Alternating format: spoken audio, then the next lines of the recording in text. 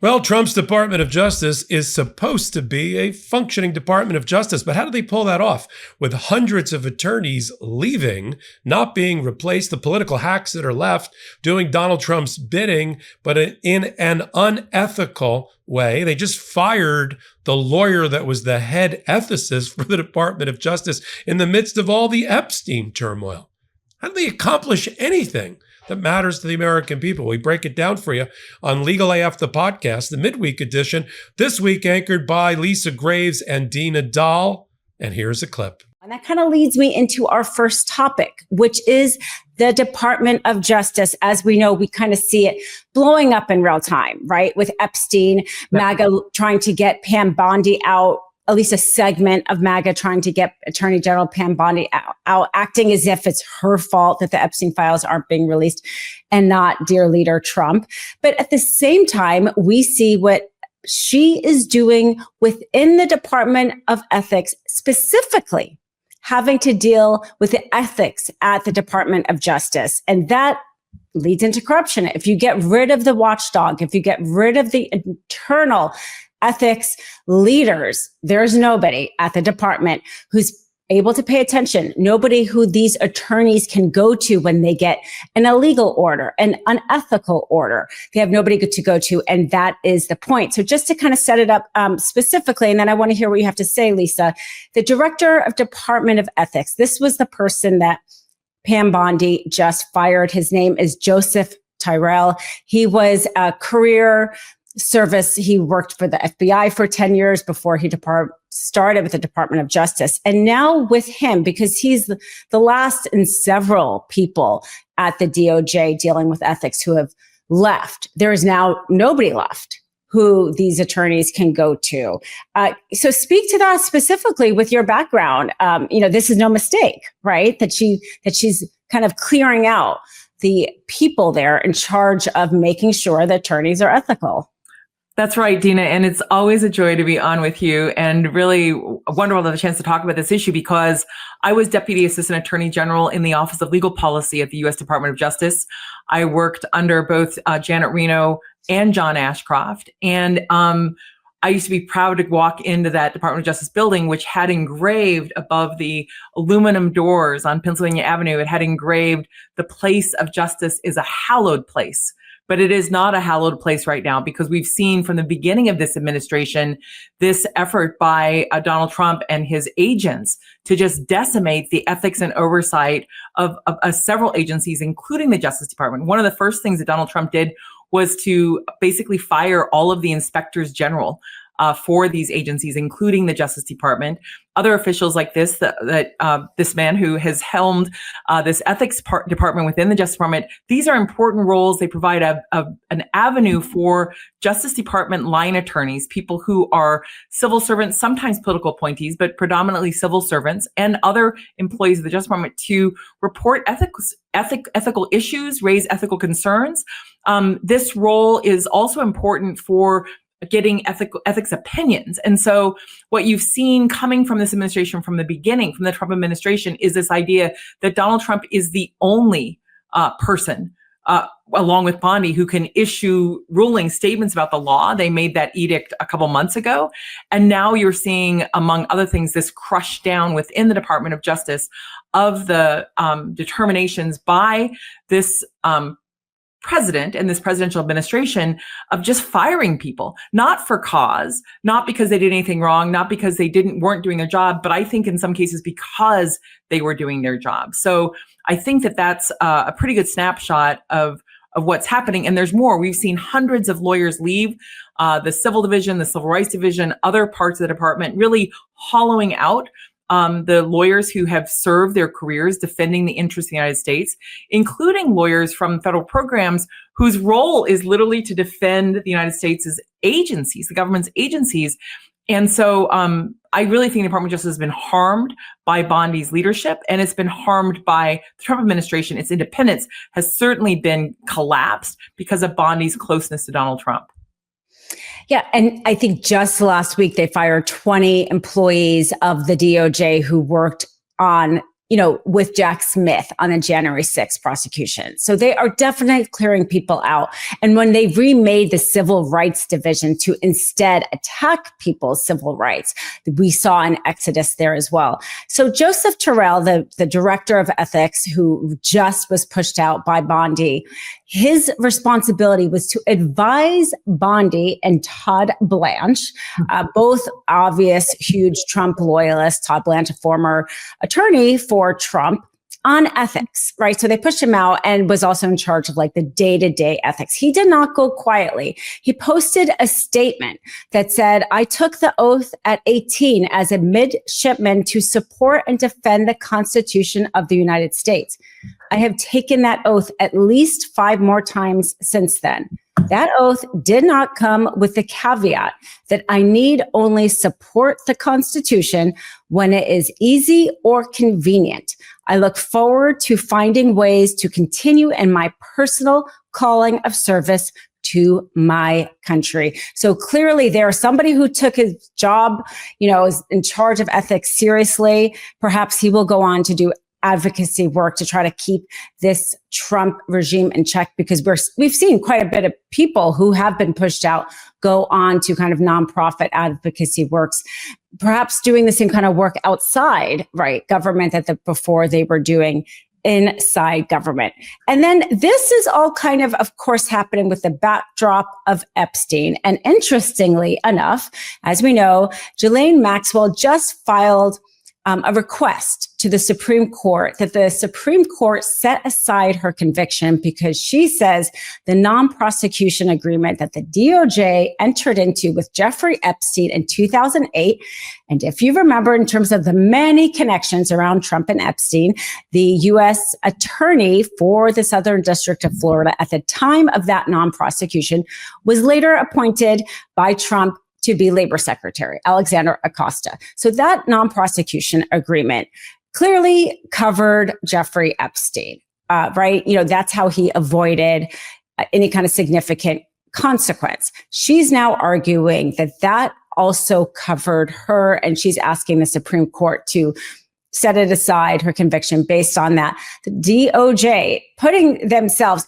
at the timing of this, Lisa. I mean, let's talk about the timing of this, how it's right in the moment when we see Trump trying to say nothing to see here, the MAGA base getting more and more upset.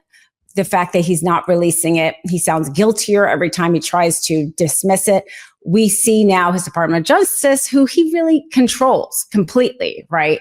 I guess you could say that's one detriment. He can't separate and say the DOJ is doing something on their own, because it's been so clearly run by Trump, unlike other administrations where there really is the separation that there's supposed to be. So the DOJ going to the Supreme Court, asking the Supreme Court not to take the case. So what are you thinking on this? I know, because you cover the courts. I mean, it seems like her argument's a little bit far-fetched, whether or not the Supreme Court is actually going to take this case or not. What are you thinking in terms of, the Supreme Court keeps surprising us, however, in ways that we don't like. Well, right. We don't know what this court is going to do. In this instance, the Solicitor General, Mr. Sauer, has said that the department does not support this appeal. Of course, I think we all remember that when she was convicted, or when she was facing charges and then ultimately convicted, Donald Trump actually publicly said he wished her well. That's not the type of sentiment you expect someone to give to someone who was accused and convicted of basically human trafficking of young girls for prostitution, for, basically pandering and putting them into sexual service to Epstein's clients. But the story now is, or the big story now is how much Trump is trying to get away from all of the accusations that he put out there about the Epstein client list, and also Bondi as well. And so they've really been spinning these past several days about how no one should be concerned about the fact that they're not releasing the client list. There's this assertion that there was never a client list.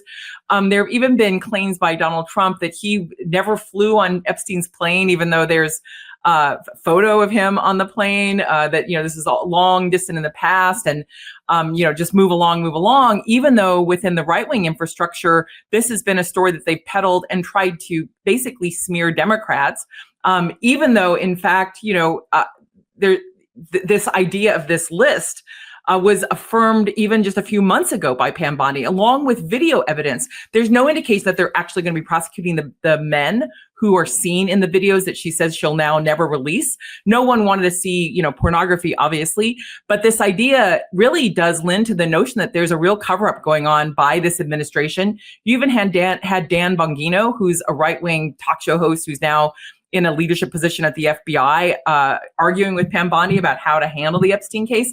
But let me just add one thing to the equation that I think most people don't realize. This Alex Acosta, who was someone who Donald Trump personally tapped for a cabinet position in his first administration, he is the person who, as you point out, Dina, and as people know, signed off on that rotten plea agreement with Epstein back in the early 2000s, mid 2000s. That was in the George W. Bush administration. I remember Alex Acosta because I first encountered him back in the 1990s when he was working on efforts to block Bill Clinton from putting judges on the U.S. Federal courts. Then, after I went to go to work for the Senate Judiciary Committee, Alex Acosta gets named to the Civil Rights Division. This is a guy who never handled a civil rights case in his life before then. Then he was rewarded for his efforts back then to, in my view, weaken the Civil Rights Division. He got the job as the head of the Civil Rights Division. Again, a person you wouldn't actually hire as your lawyer in a civil rights case. And then he fell upward from there. He was rewarded with the job of being the U.S. Attorney for the Southern District of Florida, one of the most significant jurisdictions in the country in terms of prosecuting serious crimes, drug trafficking, human trafficking, and more. He got that job, and then he cut that sweetheart deal to basically let Epstein off the hook. And it was only when he was nominated a few years ago by Donald Trump for another position, and I think it was the Labor Department, in the Trump administration, did his role in that dirty deal come out. And so, what kind of vetting was the Trump administration doing when it tapped this guy to reward him with yet another post after that Epstein deal? It was only because of the public reaction to Epstein's role that his nomination of that post finally failed. But the fact is that this administration, I think, has been really misleading, not just its base, but the American voters about what's at stake here, what happened in the Epstein case, what those files are about. And I just cannot believe that they're going to get away with, and maybe they won't get away with this effort to just say, move along, after all of the effort they put into trying to hype this, really terrible person and his terrible schemes and his effort to basically procure young women for really wealthy men in New York City and in Florida, and people coming from around the world to his island estate, where young girls were trafficked into prostitution, either directly or the equivalent. And Michael Wolff, just in a recent interview, speaks about that Trump contemplated pardoning Ghislaine Maxwell. And so it will be interesting. This filing to the Supreme Court comes at, I would say, like an inopportune time for Trump, because perhaps he's concerned again about what she might say, or especially if with his DOJ kind of trying to argue the non-prosecution agreement does not work. And just going back to the Department of Justice and kind of the chaos there, because here we have a Department of Justice whose whole point, right, is supposed to enforce our laws, enforce our federal laws. And instead they have remade it into their own, Trump's own bidding, MAGA's own bidding,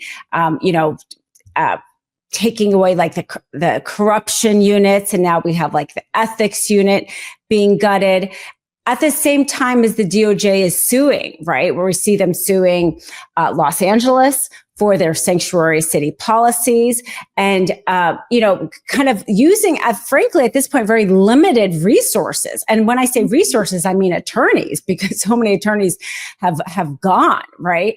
Welcome back. I'm Michael Popak, the co-founder of Legal AF, the podcast. Twice a week, Wednesdays and Saturdays at 8 p.m. Eastern Time, we do a full version of that show we call Legal AF. And if you didn't know why, well, now you do. It sits at the intersection of law, politics, and defending our democracy in a way that I think no other show does, and our support from you, we're just humbled by it. If you like this type of law and politics analysis, you've come to the right place. Help us. Subscribe here on Legal AF, the YouTube channel. We just crossed the 200 million views mark for our work, and we've only been around since September. Quite an accomplishment, all because of you. We also have Legal AF, the podcast.